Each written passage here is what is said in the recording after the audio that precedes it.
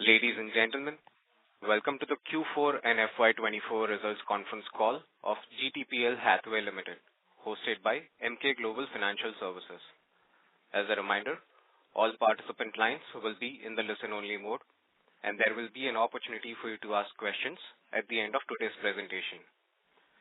Should you need assistance during the conference, please signal an operator by pressing star then 0 on your touchtone phone.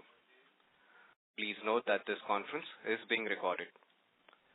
I now hand the conference over to Mr. Pulkit Chawla from Emkay Global Financial Services. Thank you, and over to you, sir. Thank you, Sagar. Good evening, everyone, and welcome to the Q4 FY24 earnings call for GTPL Hathway.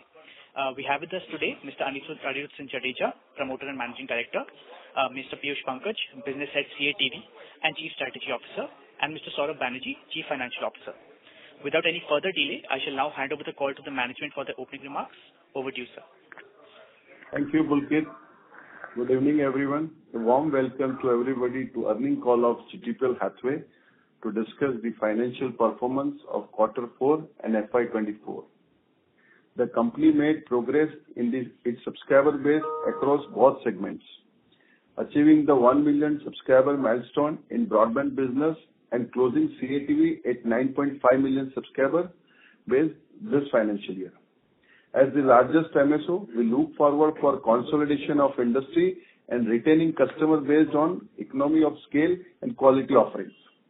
In the broadband side, the growing trend of digitalization, connectivity and larger data consumption will help drive wide broadband growth as India is still under-penetrated as compared to the global players.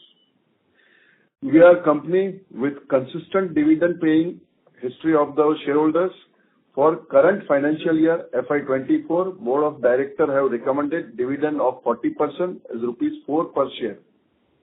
I will now hand over to Mr. Piyush Pankaj, who will take you through the segmented KPI and overall business strategy. Thank you, Mr. Jadeja. Good evening, everyone. First, let me share the usual KPIs for our cable TV and broadband business before delving into our strategy for both these segments. Our digital cable TV subscriber base as on 31st March 2024 stands at 9.5 million. Paying subscribers stand at 8.8 million. On a YOY basis, the increase in active and paying subscriber is 550K and 600K respectively. In the broadband business, as you are aware, we had crossed 1 million subscribers in Q3 FY24 and are ending the quarter and financial year 24 at 1.02 million. We thus have added 100K new subscribers, an increase of 11% on a YOY basis. Home pass stood at 5.80 million as on 31st March 2024, of which 75% are available for FTTX conversion. Home pass grew by 500K on a YOY basis. The broadband ARPU for Q4 and FY24 remained stable at Rs 460. The average data consumption per customer per month stood at 355 GB and 10% increase YOY. Our strategy for growth cable TV remains clear, and as previously shared with you all, we will continue to pursue both organic and inorganic opportunities for growth through penetration in existing markets, exploring new geographies, and acquiring smaller players respectively. In broadband segment, India has one of the lowest fixed broadband penetration. Jan 2024 wired broadband subscribers stood at 38.9 million.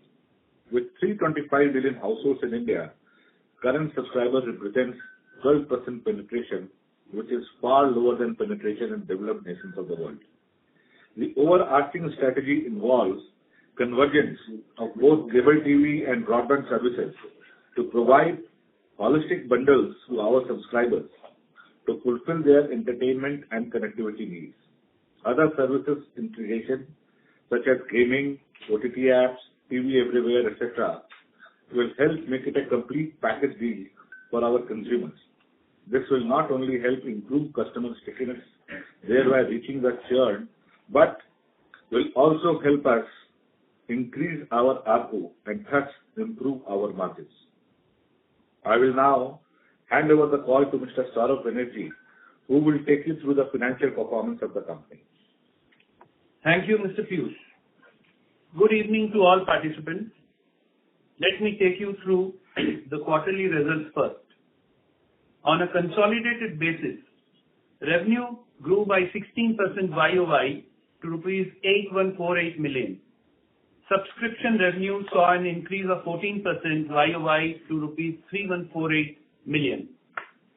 The broadband revenue stood at rupees 1308 million and registered a growth of 5% on a yearly basis.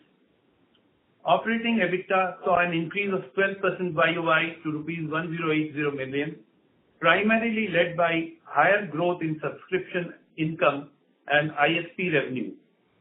Consolidated EBITDA stood at rupees 1198 million, increasing by 8% YOY with an EBITDA margin of 14.7%. Net profit excluding other comprehensive income for Q4 FY24 stood at rupees 160 million. Now, on to the consolidated full year financial results. We reported revenue in excess of rupees 3,000 crores for the first time in the company's history. Revenue grew by 20% YOY to rupees 32,460 million. Subscription revenue saw an increase of 15% YOY to rupees 12,604 million. The broadband revenue stood at rupees 5268 million and registered a growth of 9% on a yearly basis. Operating EBITDA saw an increase of 6% YOY to rupees 4599 million. Consolidated EBITDA stood at rupees 5111 million with an EBITDA margin of 15.7%. Decrease in EBITDA and margin was primarily due to reduction in deferred activation revenue and decrease in non-operating income. Net profit excluding other comprehensive income for FY24 stood at rupees 1118 million. I would now request the moderator to open the floor for the Q&A session. Thank you very much. We will now begin the question and answer session. Anyone who wishes to ask a question may press star and 1 on their touchtone phone. If you wish to remove yourself from the question queue, you may press star and 2. Participants are requested to use handsets while asking a question. Ladies and gentlemen, we will wait for a moment while the question queue assembles.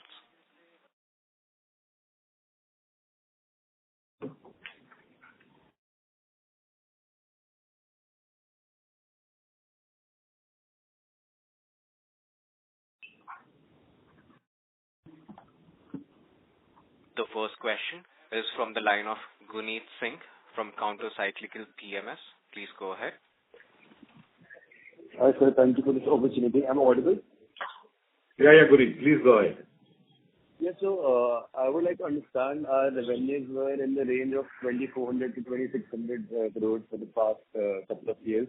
But right now we have seen quite a good growth in the revenues. So what is the main driver for this growth? Firstly, I would like to understand that. And secondly, even though our revenues have grown quite significantly, the operating margins have shrunk to all-time low levels. So, I mean, what is the reason for this fall in the operating margins and what kind of steady-state margins should we expect going forward? And would we be able to regain the margins that we enjoyed previously? Yeah, Guneet. Guneet, this year if you see that CATV revenue has grown by around 15%, which is more than 100 crores, which has come into the copper. And ISP revenue has grown by around 9% in the overall. And because of this two good growth, you will see that there is a jump in the revenue side. Yes, on the margin side, if you say, as I always say that look at the operating margin which I have given in my presentation, you will see that we are doing at 24% of operating margin, which is given in the presentation. which is net of what we pay to the broadcasters and net of one-time revenue and expenses. So we are maintaining that operating margin. It is in the range of 24 to 26%, which is going up from the last 5 years, if you see. And we are at the same rate which we are maintaining. So I would say that it will improve from here for the betterment. All right, sir. And what kind of threat do we see from direct internet, I mean, non-wired broadband? For example, Jio or, Airtel, they are coming up with direct internet without the need for any wired connection. So don't we feel that even the cable TV and the wired broadband, they are threatened by such players, wherein people can directly view, the channels or TV through internet rather than getting these wired connections? So, what kind of threat do you perceive from these? And like you mentioned, that India has very low penetration in wired broadband and even direct cable TV. So probably, don't you think that this can be, this phase of just moving instead of in the direction of wired, this can be just replaced by going wireless through platforms like Jio or Airtel. So don't you think, that is a possibility, or what kind of threats do you perceive from this? Guneet, you mentioned it right, that as I mentioned in my opening speech, that only 12% penetration is there in India, wherein if you talk about US market, it is already more than 70%, the Eurozone is already more than 65%, the China is at 55%, Korea and other countries are at 80% penetration of wired, because the one thing we have to understand that wired is the consistency. If you require, then you have to go for the wired, because in the wireless, you will not get the consistent broadband. You can say it is going up and down, the speeds are going up and down depending upon the number of people under the tower. But still, I will say still in the wired broadband side, India is at the startup mode. Every player is doing their bit. The telcos are also there. The independent players are also there. We can talk about SAP, Hathway, GTPL, Hathway. All are there into this market, and everyone has the open market. It's a very big market right now. We are considering that somewhere the wired broadband from 38-39 million will go to around 150 million in next 5 to 7 years. So it's a big market for the gathering. So that's why we are not worried about the competition, as there is a lot of subscribers to take it. All right, sir. Thank you for addressing my question. I'll join with you. Thank you. A reminder to all the participants, if you wish to join the question queue, please press star and 1. The next question comes from the line of Ravi Patel, who's an individual investor. Please go ahead. Good afternoon, sir, and congratulations.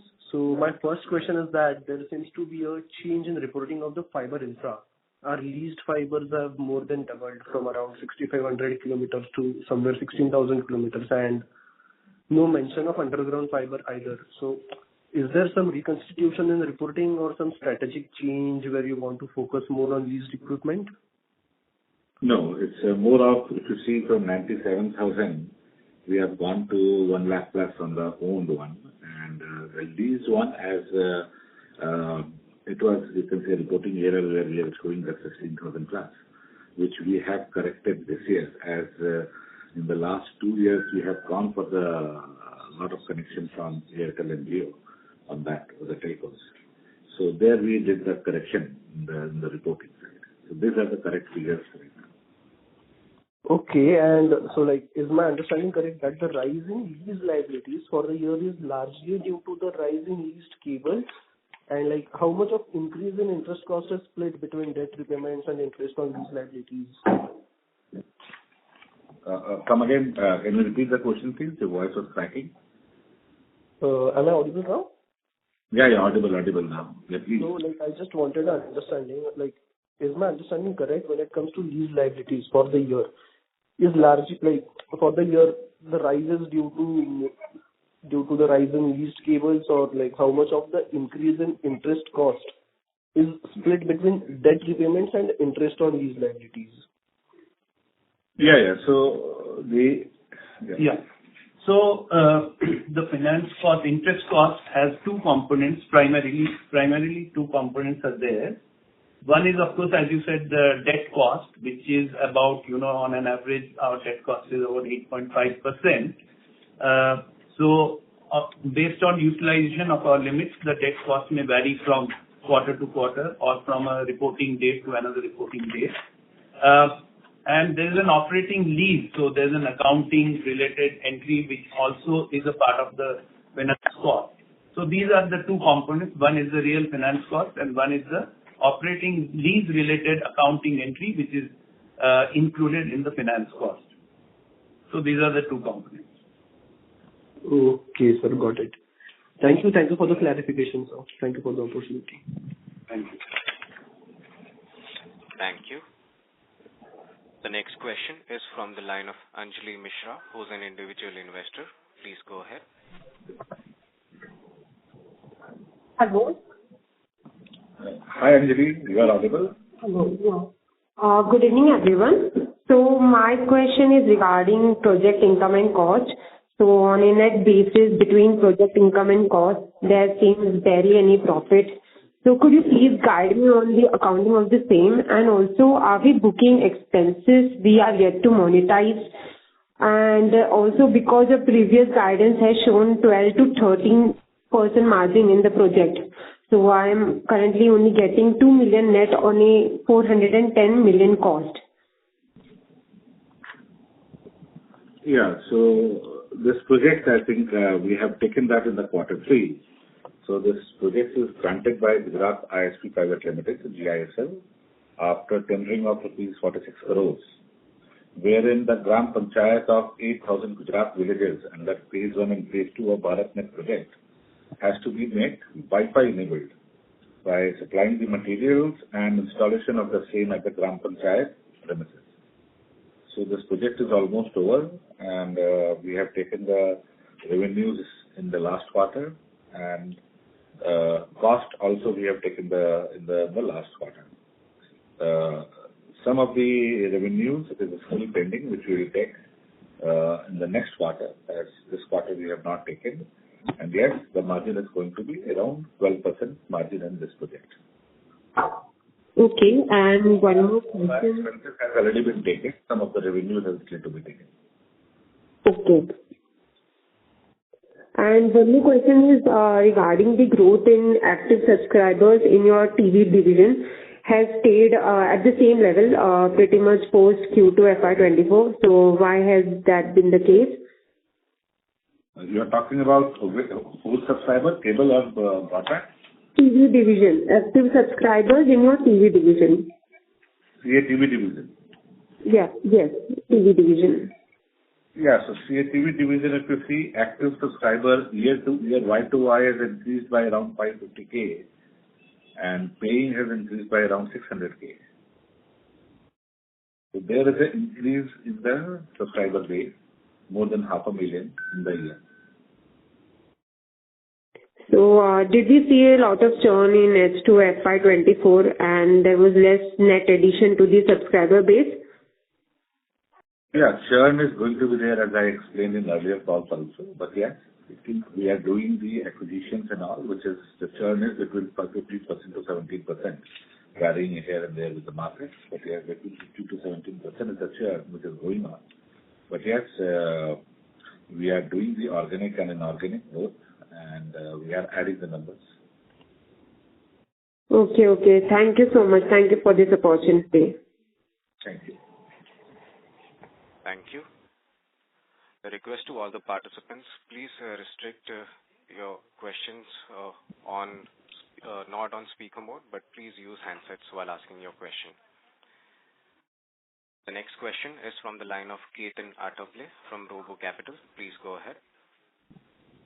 Hello, sir. Thank you for the opportunity. I had two questions. Firstly, can you give guidance for next 2 years regarding revenue and margins? And secondly, when do we expect to reach 19 to 20% kind of margin on full revenue basis? If you talk about the CAGR, we have given that we are growing up at the 17% of CAGR in the revenue side. And EBITDA growth is a bit down because earlier we were growing at 12 to 13%, now it is at 7 to 8% CAGR it is shown. But yes, as we go forward, there are plans to increase the revenue and reduce the cost. That's already we are doing that in FY25. So we are hopeful that in FY25, the operating margin we are talking about, it will again jump back to 26%, 27%. And there you will start seeing that there is a jump in the net profit also. So that's what we are doing right now and planning to do. That's the plan which we are taking care of in this FY25. Okay, thank you. Thank you.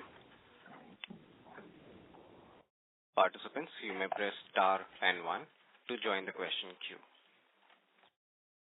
The next question is from the line of Sanika from Sapphire Capital. Please go ahead. Yeah, hi. Am I audible? Yeah, Sanika. Please. Yeah. So for quarter 4, we had given a guidance of 17% EBITDA margin. So I just want to understand why have we not been able to achieve it? Yeah, so we did around 15% margin instead of 17%. That is because of two revenue which has gone down, which is one-time revenue. One is activation and one is other income, which you see. Both have gone down around 30 to 35 crores has gone down because of that. If we add that back, we will be at around 17.5%. In presentation, I have given the operational margin or operational EBITDA also just after the financials.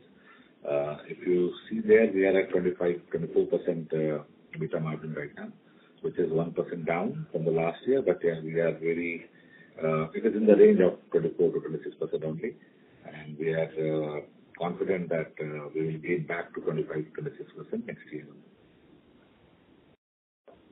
Okay, so can we say that in the next year, which is this year, which is FY25, we will be able to do 20 to 21% kind of margin for the full year? And can we say quarter 1 we can get around 17 to 18% margin, which were like for quarter 4? One thing which I'm always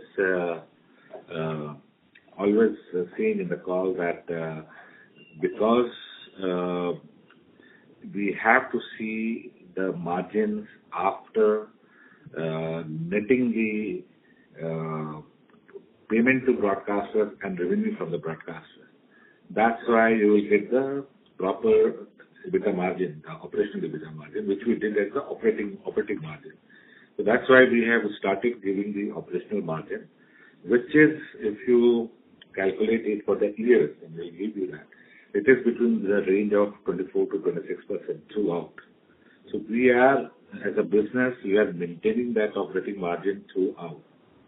This is because the pay channel, or you can say the payment to broadcaster and the revenue from broadcaster, there it is a mismatch. And because of that, we are seeing that on the overall, we are seeing that the margin is going down because the contribution of marketing and placement revenue is lower than the main revenue of subscription and ISP revenue. And because of that, it is pulling down the margin. But you have to see it by netting what you are paying to the broadcaster and what you are getting from the broadcasters. If you net that, you will come to the real business margins. And that's what we are giving in the operational margin. Okay. And next year, like we have guided before, a 20% growth. So in FY25 as well, we can expect 20% growth in our top line?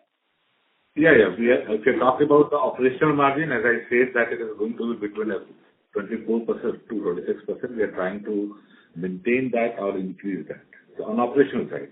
In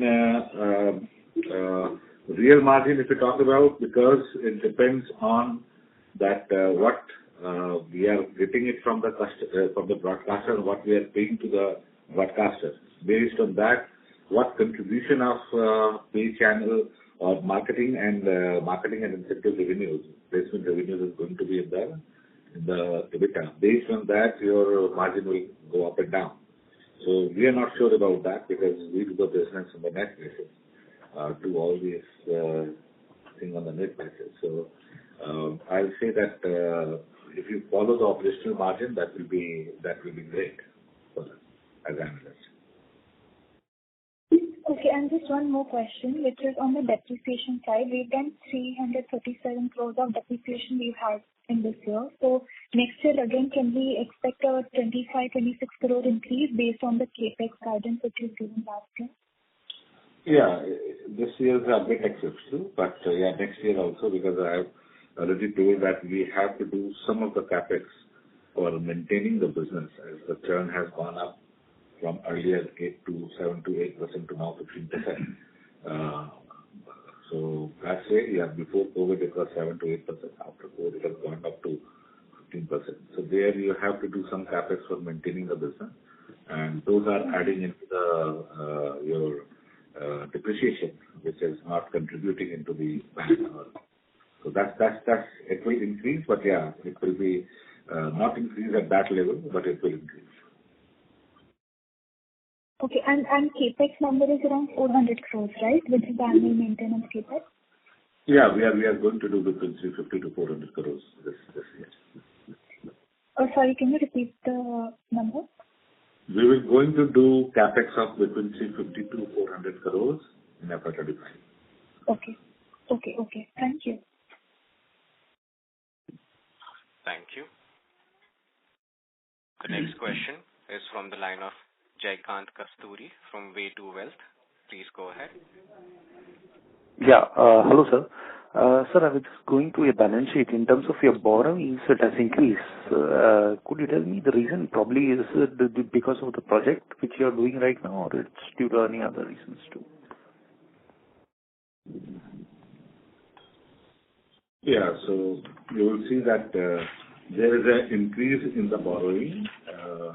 This is mainly due to, you're right, due to the project, we have to give some margin money and we have to utilize our limits, the OD limits fully. And because of that, you will see there is an increase in the borrowing right now. Sir, do you see it coming down by first half of this year? Yeah, within FY25, it will be at the same level as it was in FY23.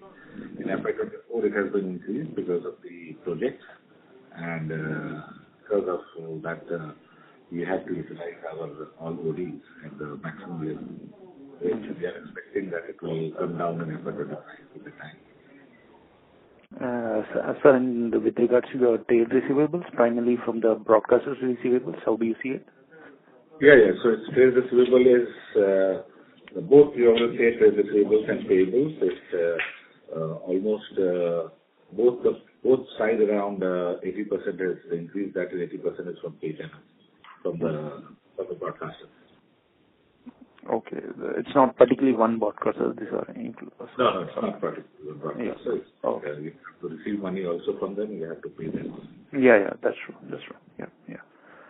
Sir, in terms of your looking about the activation cost, it has come down very significantly. Do you see it further coming down for this financial year also? Yes, it will come down because see, activation is the deferred one, which it's like you get the activation and you have to defer it for 5 years. So this all you are saying that which is going down is a deferred revenue which is going down. Okay. So now we are doing the activation as we are taking activation and straight charging into this year, that year only. And that's why I was saying that as non-cash one time, which you have to use, and it has come down by around 16 crores this year. Next year also it will be come down by around 7 to 8 to 9 crores, which we have to see. Okay, so thank you. Thank you.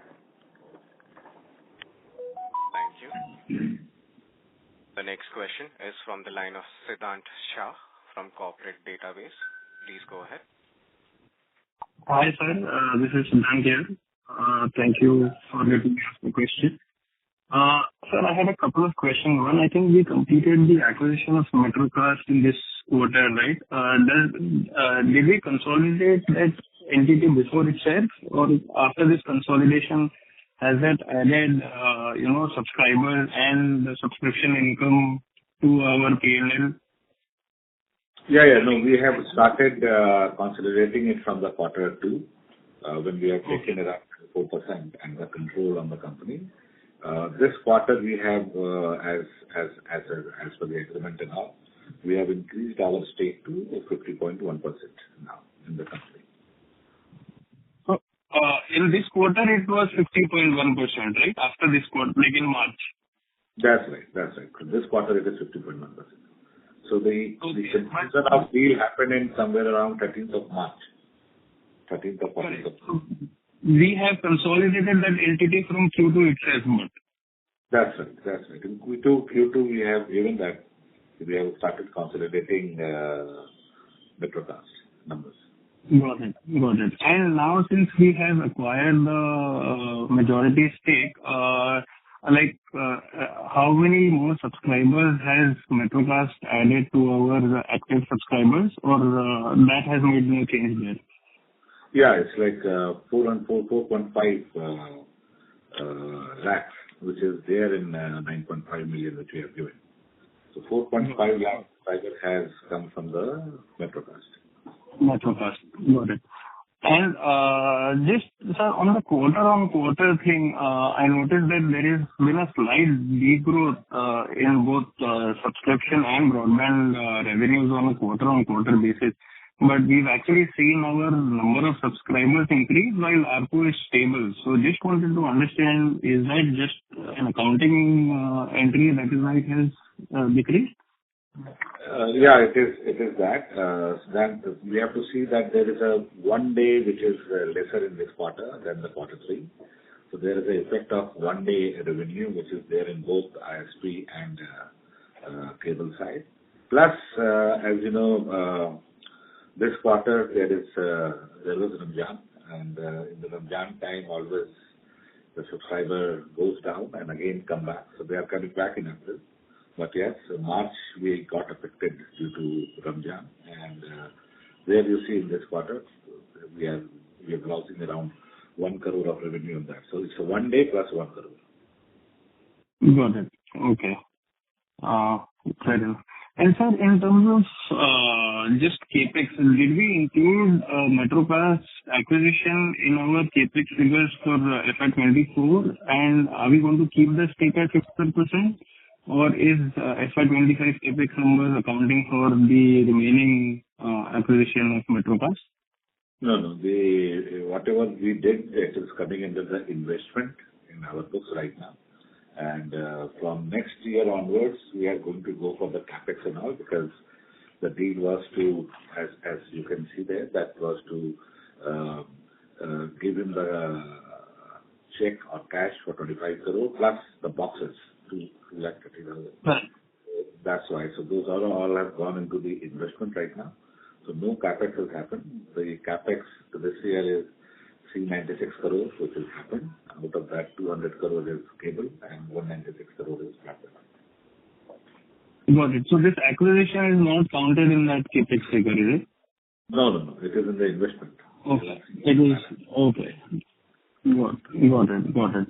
So just in terms of now, I understand that the churn has increased, and I was just looking at the operating EBITDA which you emphasized on.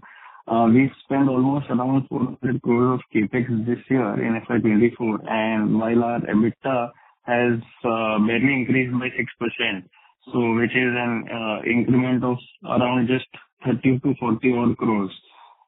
So we spent almost 400 crores in increasing our operating EBITDA by just 40 crores. So incremental, return on our capex has been barely 10%. So going forward, do you think that this metric of our incremental growth will improve with our new capex that we are doing?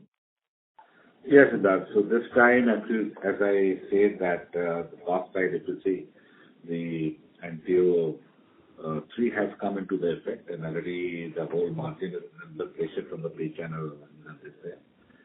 That's why you are seeing the muted growth of 6% in the operating margin, if you see in the EBITDA side. But from FY25, it should become stable. Again, we should start giving somewhere between 10 to 12% growth in the EBITDA side.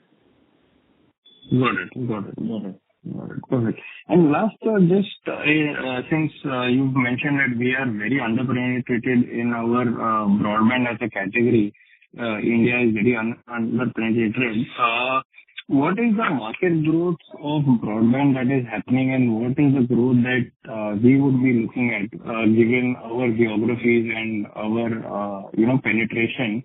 So what would be our growth estimate, because we are so underpenetrated, but however, we have a lot of competition as well.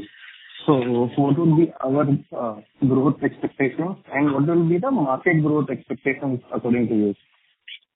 So market, if you see, last 2 years, it has grown from 22 million to 38 million right now. So somewhere market has grown at around, you can say 50% on that way in last 2 years. From 23 million to somewhere around 38 million right now. And if you, that growth rate, or bit of that growth rate, not 50%, at least 30%, 25% is maintained, then we are looking forward that we will cross, the whole industry will cross 100 million within next 4 to 5 years time.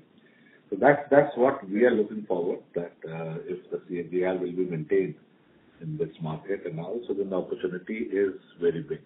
And as you know, BharatNet projects are coming, which is going to, so the growth will come from the tier 2 cities and the rural in the broadband right now, and where the infrastructure is getting made.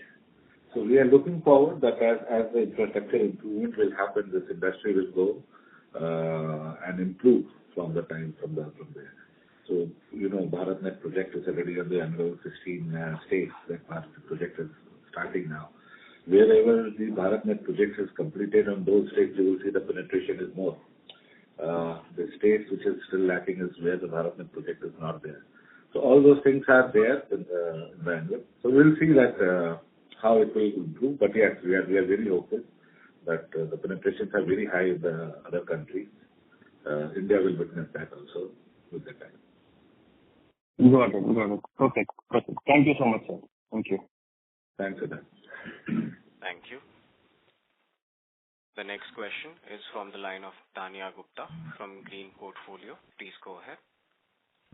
Good afternoon, sir. Thank you for taking my question. So my first question is, what is the update on GTPL Genie app? If you can guide us. Yeah, so we are relaunching the Genie app. It will be launched by end of April or first week of May somewhere.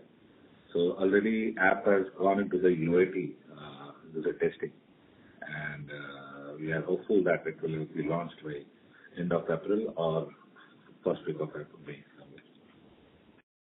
Sure, sir. So in Q2, you had indicated that there were 100K subscribers on board. So if you can elaborate on what's the status currently? On the GTPL Genie you're talking about? Sorry, sir, I can't, pardon me. You are talking about GTPL Genie? Not, sir. Your voice was a bit cracking. Can you repeat the question, please? Sir, in Q2, you had indicated that there were 100K subscribers on board. So what's the status currently? 100K on Genie? No, I have given somewhere around 40K at that time. Q2. Yeah, all right. 40. Yeah, 40K on that, 25K is from the 26K is from the broadband, the rest is from the cable at that time. Now it has reached to around 75K. Out of that, around 45K to 50K, 45, 46K is from the broadband subscribers, the rest is from the cable subscribers. So, sure, sir, can you guide on the timeline when we can see the definite impact of it on the performance? Yeah, we are hopeful that we are launching the new app with TV everywhere and all those things, all those facilities with all the OTTs and all. We are hopeful that will give the impetus to the market.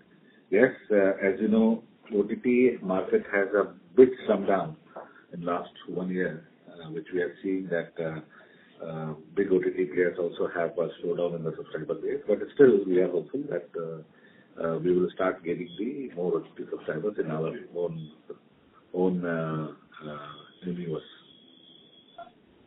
That is helpful, sir. Thank you. Thank you.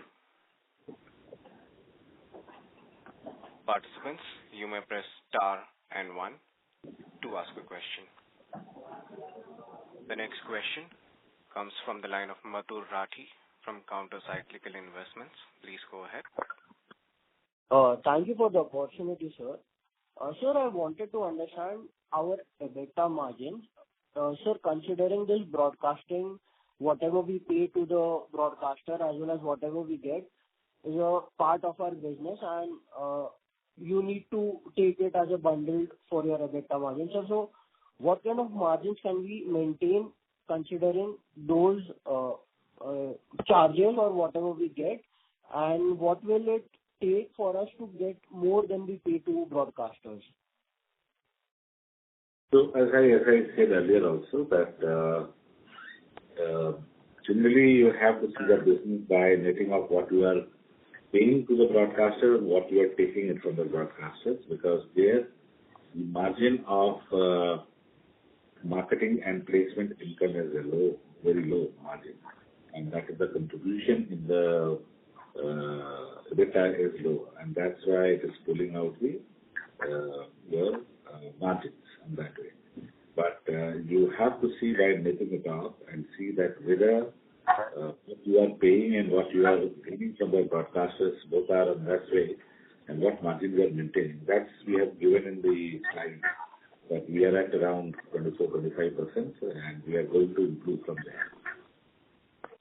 But sir, as I understand, this is a part of our business because we need to pay those charges as well as we get some of those charges. So this is inbuilt in our margin. So that's what I'm trying to understand, that even considering those charges, what kind of margins are sustainable on our business? This is going to be between 17% to 18%. That is going to be there that way if you look into that way. But I will say for operating margin, you look into that way, into the way which I say by netting it off so that you can know that, okay, what you are doing in the business, whether you are improving or whether you are going down. Because here the margin changes with the time. Somewhere, some marketing incentive and all we are getting 9%, somewhere we are getting 15%, somewhere we are getting 2%, somewhere we are getting 3%. It depends on a different parties. So that's why the margin varies. Okay. And so my next question would be, so the broadband ARPU growth that we have seen, so do we, so what kind of growth price hike can we expect from the broadband side, or this is being dictated by the bigger players and we just take whatever we can? No, we are growing. If you see last 3 years, we have improved from somewhere 650 to 1 million now subscriber base. So 3 years back, we are saying that we are going to somewhere increase by 50% to 60%. That's what we did right now. We are looking forward that we will maintain that growth from 1 million plus subscriber base from here. We are going to add between 100 to 150K every year, and we will reach somewhere around in the next 3 years, somewhere between 1.4 to 1.5 million within that subscriber base. So that's we are going to maintain. Sir, my question was regarding the ARPU growth, that is 460 for FY24. So where do we see this going forward? So do we take price hikes based on our own internal guidelines, or is it dictated by the bigger players? That was my question. No, the broadband is the volume game right now, not the value game. We are maintaining our ARPU in this competitive market, and we will try to do that, to maintain our ARPU throughout. Yes, through volume, we are going to increase. As I say that this market is very, very big. It's just starting up right now, the 38 million subscriber base in India. We are looking forward that it will go up to 150 million in the next 5 to 7 years. So, as an industry. So, yes, we have to maintain our ARPU, which we are doing in this competitive market, and we have to play the volume game. Okay, so that was helpful. And just my final question, sir, what would be the average ARPU that we are expecting from the GTPL Genie? GTPL Genie is more for the stickiness rather than making the revenue. If you see, the lowest price there is 119 rupees for 7 apps, which is there, and monthly, and which is going up to somewhere around 300 rupees for 15 apps on the monthly side, if you talk about. So there it is more for my customer for the stickiness rather than making the revenue out of that. Yes, we are making the margin of around 18 to 20% of that business also. So that's the range which we are looking forward. Somewhere the ARPU will fall between that 119 to 300, and the margin will be somewhere between 18 to 20% of that business.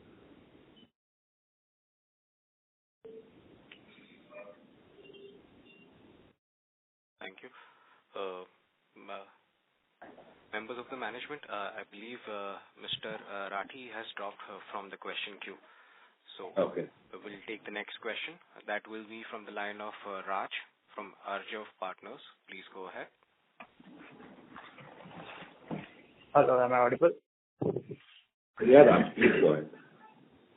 So I skipped a point on the app part, which you are intending to launch at end of April and in May. Can you elaborate on the app? What exactly it is and what incremental revenues are we expect from it?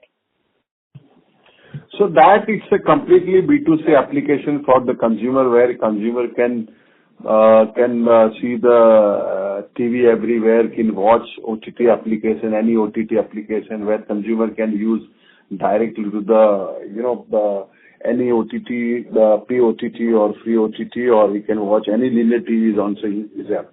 So that is we are completely launching. It's completely my GTPL B2C applications, where it's जो GTPL के customers है, whether it is on a cable TV or broadband, he get free application service and a linear TV side also, and yes, he'll get OTT also. All right. और ये जो app है, इसकी कोई उसकी आपके कितनी कॉस्ट अभी तक इनकर की है ऐप डेवलपमेंट में? नहीं, वो that is it's we'll let you know, एक बार आपसे अलग से बात करेंगे तब. Basically it's completed. Last 8 days also exercise चल रही थी. The app was already there, but we are launching completely in a friendly user. So it's completely the ease of operation purpose. So we are launching completely in a new version. Understood. And whosoever subscribes to the internet, so they get the app for free. Is it? Yeah. If the customer is for GTPL ISP customers or GTPL linear TV customers, he'll get free. All right. Okay, sir. Thank you so much. Have a good day. Bye. Thank you. Participants, you may press star and 1 to ask a question.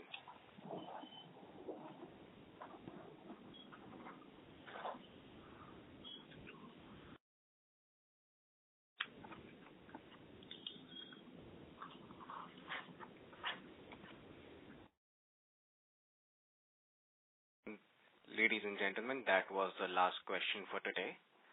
I would now like to hand the conference over to the management for closing comments. Thank you. I would like to express my thanks to every participant who took their time out to attend the call.